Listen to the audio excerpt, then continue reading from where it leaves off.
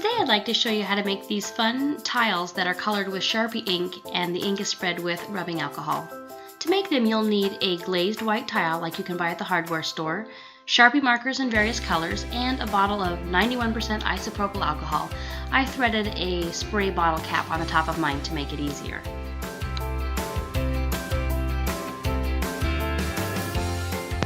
For this first tile I picked pink and yellow, and I'm going to begin by coloring in a large area of the tile in one color and then the other section in my opposite color.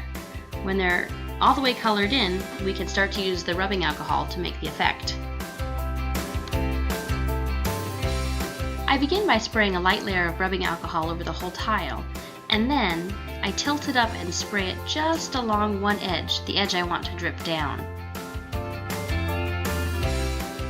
As the ink starts to run, you'll see how the colors blend together. If you like what it's doing, then let it be. If you want the colors to run more, you can always add more.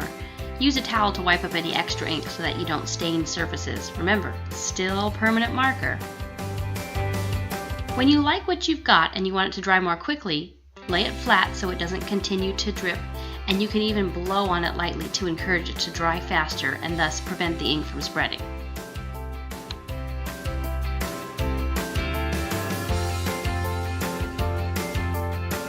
This time I'm using 3 colors, but it's the same idea. Fill a big space with ink and then you'll be ready to blend the colors.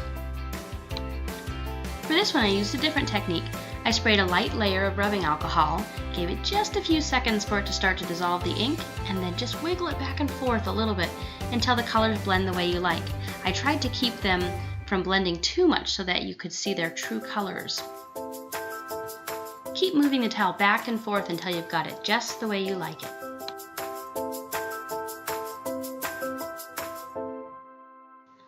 For this one I decided to switch it up a little bit and create kind of a bullseye pattern to see how it would turn out. After I sprayed it with rubbing alcohol, I started to move it around. Initially I was going to just swirl it and try to keep the bullseye pattern, but then I wondered what would happen if I just let it all slide down the side of the tile.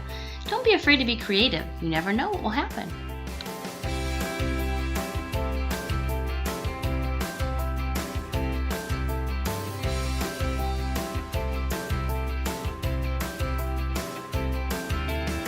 For this last tile, I decided to try just coloring the top so that I could spray it and let it drip all the way down the entire tile. Then I sprayed the rubbing alcohol on the part that I had put ink on and let the ink slide down the tile. I decided to turn it on its side and see how that would look, but you can do whatever you like. Your art gets to reflect your ideas.